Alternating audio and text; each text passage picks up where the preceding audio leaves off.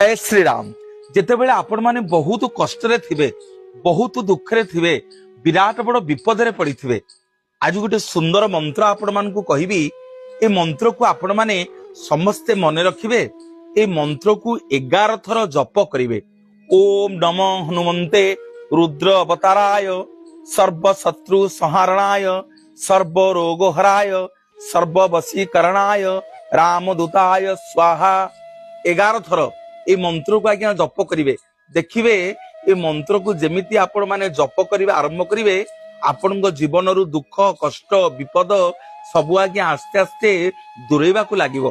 प्रभु रामचंद्र हनुमान को वर प्रदान कले।